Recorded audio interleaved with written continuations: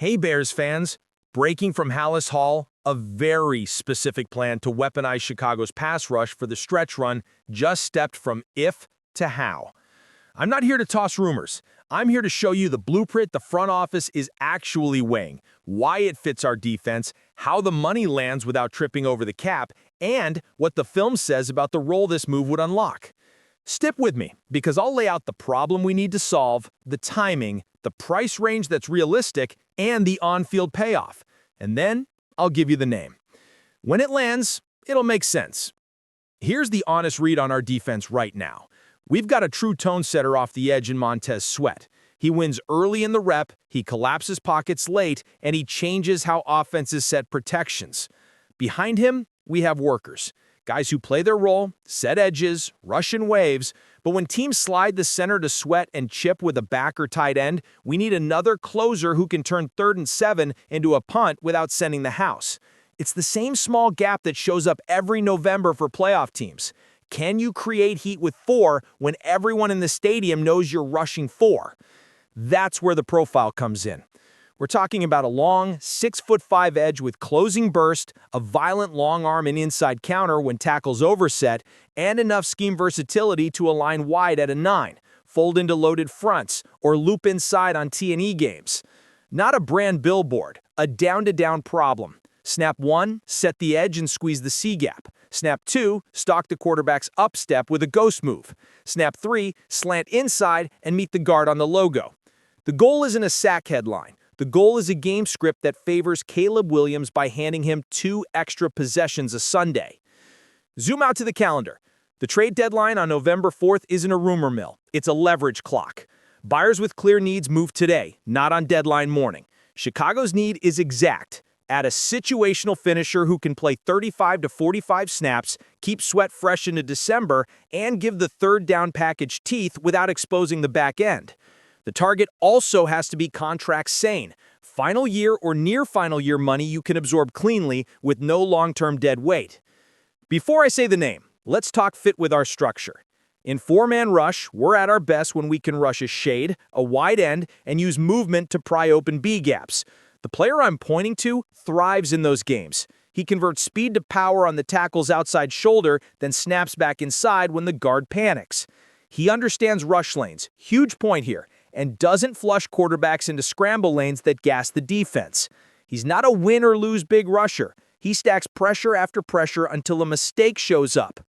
Money matters. Any move we make must clear 3 checks. Cap charge that fits now, minimal 2026 drag, and cost and draft capital that doesn't undercut Poles' long-range build. Think day 3 compensation with escalators, something like a conditional late pick that can bump 1 tier based on snap counts or sacks. That's still a real bet, but it's not mortgaging the board. Now the tape.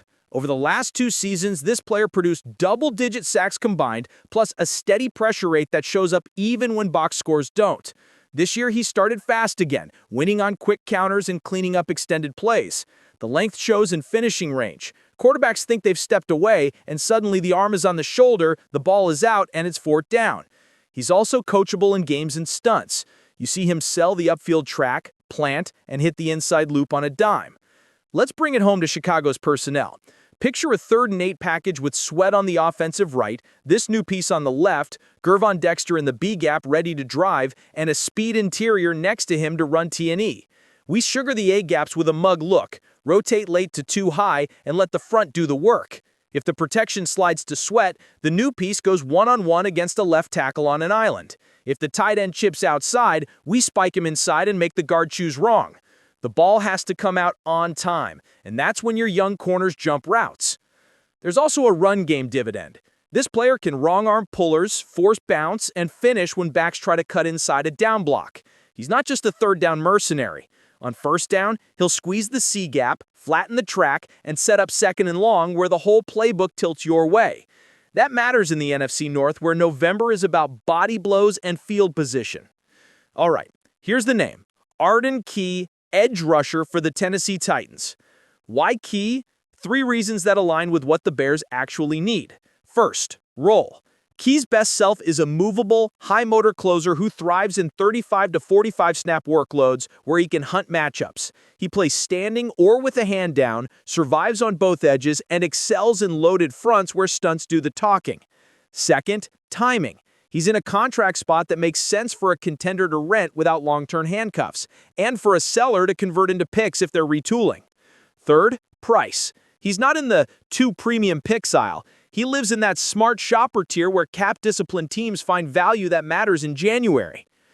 Let's stack strengths and stress points like scouts do. Strengths: length for the long arm stab, flexible hips to corner, inside swim off the tackle's overset, and enough scheme versatility to align wide at a 9, fold into loaded fronts, or loop inside on T&E games. He finishes with intent. No soft wrap. He clamps and rips. He also brings alert hands. He'll go for the tomahawk if the QB shows the ball, and he has a good sense of when to chase from the backside versus when to sit for boot. Stress points: he's streaky when overused, and if you ask him to carry 60 snaps playing constant edge set duty against heavy personnel, you reduce his pop on money downs. Solution: don't overburden the role. Use him as the scalpel, not the sledgehammer. On a Bears depth chart, the rotation becomes clear. Early downs, Sweat plus your strong edge setter, with Key mixing in to keep legs fresh. Passing downs, Key becomes your closer opposite Sweat, Walker can slide inside as a power rusher to mash guards, Dexter runs the pick, and you have a 4 who can win across the board. You can also create NASCAR looks, 3 edges and 1 quick twitch interior to chase quarterbacks who hate width in the pocket. Let me address the common counter-arguments, because I know how Chicago debates this stuff. Just go big game hunting for a star. The market decides that, not wish lists. The sticker prices on top 5 edges around the deadline are typically exorbitant and wreck your draft flexibility. Promote from within. Development is real, and I'm all for it. But December football doesn't wait for year 2 jumps. Key is a bridge between the now and the next, raising the floor without blocking the ceiling. What about the secondary? Pass rush is pass defense. 2 more hurried throws a game-change interception odds and third down conversion rates. Front first, back benefits. The locker room fit is part of this too. Key is vocal in the right way. Short words, long motor. He plays with visible juice. He celebrates with teammates rather than for cameras. And he carries the kind of edge that travels well in bad weather. That meshes with the identity this team is building. Effort, speed, finish. Compensation and contract in practical terms, a conditional day 3 pick makes sense. Baseline late pick that upgrades with snap thresholds or production. Cap-wise, you're taking on the prorated base for the remainder of the season. Doable with minimal reshuffling. No need to restructure half the roster. If he crushes it, you've earned a first crack at extending a role you've already proven out. If not, you bought pressure when it mattered, and you roll the slot into the offseason plan. What does success look like if this happens? Not a sack parade.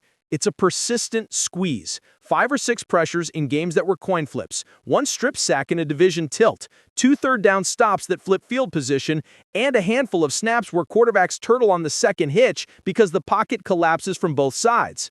That's how you turn a young offense's almost drives into wins. That's how you help a rookie QB play with a lead script more often than not. Here's how I'll finish it plain.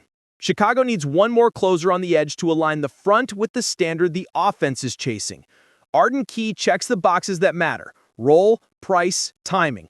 And he does it without breaking the draft or the cap. If the conditions line up, I'm in. Before we wrap, I want you in this conversation. Would you pull the trigger on Arden Key at a conditional day 3 price, or would you hold that capital for a different spot? Do you prefer a heavier edge who lives on early downs, or a closer who narrows games in the 4th quarter? Drop your take below. Be sharp, be honest. I'm reading everything. If you want fast updates and deep, no-nonsense breakdowns like this, hit subscribe, tap the like, and turn on notifications.